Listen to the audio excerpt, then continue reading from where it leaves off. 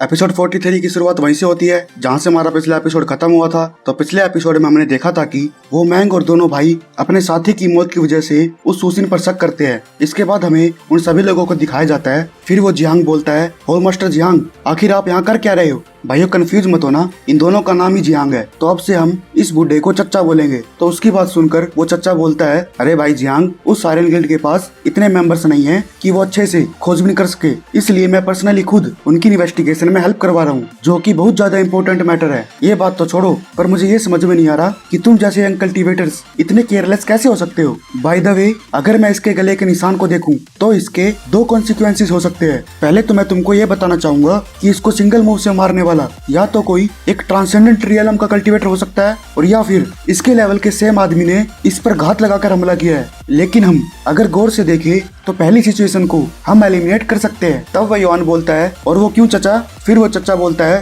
देखो भाई, सीधी सी बात है, इस जैंग ने मरने से पहले अपने हाथों से इस तलवार को कसकर पकड़ रखा था। अगर वो किलर एक ट्रांसेंडेंट रियलम का कल्टीवेटर होता तो उसके पास इतना टाइम ही नहीं होता कि वो इस तलवार को ऐसे पकड़ सके। और मैं इसके घाव को देखकर बता सकता हूँ कि इसे मारने वाला किलर जरूर लेफ्ट हैंडेड होगा, जिसने बहुत ही प्रोफेशनल तरीके से इसे मारा है। इसकी बात सुनकर वैसुसिन बोलता है, अरे ओ चचा, ये कुछ ज्यादा जल्दी नहीं हो रहा? आप कैसे इस प्रेजेंट एविडेंस को देखकर इस कंक्लूजन पर पहुंच सकते हो? तब वो जियांग बोलता है, हाँ चचा, इसने बिल्कुल सही कहा। आप कैसे सिर्फ इस घाव को देखकर ये बता सकते हो कि इसे मारने वाला लेफ्ट हैंडेड है? तब वो चचा बोलता है, तुम सभी के सभी लोग बहुत नौसिखिए हो। तुमसे अच्छे तो मेरे फैक्शन के मेंबर्स हैं, जो इस छोटी सी चीज को आसानी से आइडेंटिफाई कर सकते हैं। फिर वो चचा शेरलॉक बोलता है, इसके घाव को ध्यान से देखो। अगर कोई लेफ्ट हैंडेड आदमी ऐसे स्लैश लगाता है तो इसकी वजह से राइट साइड में स्टीप एंगल बन जाता है, और अगर कोई राइट हैंडेड आदमी स्लैश लगाता है तो लेफ्ट में स्टीप एंगल बनता है। क्या तुम मेजर सेक्ट के डिसाइपल्स इतनी सी बात नहीं जानते? तब वह युआन अपनी बेइज्जती को सुनकर उसे मन ही मन में गाली देना स्टार्ट कर देता है। फिर इसके बाद जियांग बोलता है, हाँ तो फैक्शन मास्टर सू,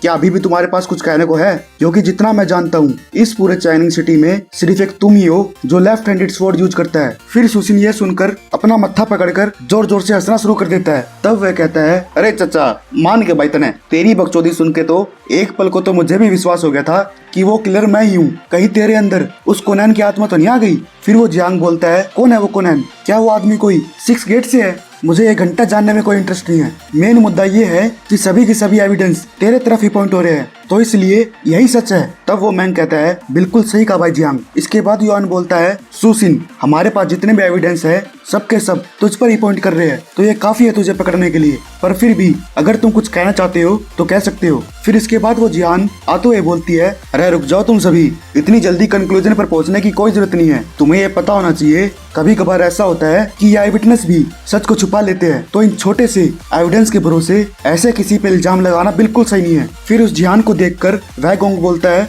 सुसिन, क्या तुम हमें यहाँ पर चुप करवाने की कोशिश कर रहे हो? तुम्हें क्या ये लगता है कि तुम्हारे कमजोर लोग एक ट्रांसेंडेंट रियलम के कल्टीवेटर को डरा सकते हैं? फिर वो सुसिन कहता है, अबे वो मटिंडी से क्यों गाली खान के काम कर रहा है? मेरा उस झांग की फैमिली से कोई लेना देना नहीं है, तो साले मैं उसकी लाइफ लेके करूंगा क्या? जब मैंने मर्डर किया ही नहीं तो कैसे इस क्राइम को कमिट कर सकता हूँ मैं? तब शेरलॉक चचा फिर से बोलते हैं, देखो भाइयों, अगर ऐसी बात है कि तुम्हें ये एविडेंस सफिशिएंट नहीं लगते तो मैं इस लाश को एक बार फिर से चेक कर सकता हूँ। ये कहकर वो चचा उस लाश को चेक करने लग जाता है। तब वो उसकी जेब से उस मैसेज की बत्ती निकाल कर बोलता है, भाइयों ये रहा एक और एविडेंस। फिर वह उस मैसेज को पढ़ता है जिसमें लिखा होता है, मैं सुसिन, वो 5वां टोकन मेरे पास है। अगर तुम्हें वो टोकन चाहिए तो मुझे गोल्डन मून सिटी में 7 से 9 बजे के बीच में मिलना। तो हाँ फैक्शन मास्टर सू, तो अब कह दो कि ये राइटिंग तुम्हारी नहीं है। इससे साफ साफ पता चल रहा है कि वह जैंग यहाँ किस लिए आया था। तो अब मेन मुद्दा ये है कि तूने उस टोकन की गलत इन्फॉर्मेशन देके उस जैंग को लालच देकर यहाँ बुलाया है, और या फिर तेरे पास सच में ओरिजिनल टोकन है जिसका तुम चारे के रूप में यूज करके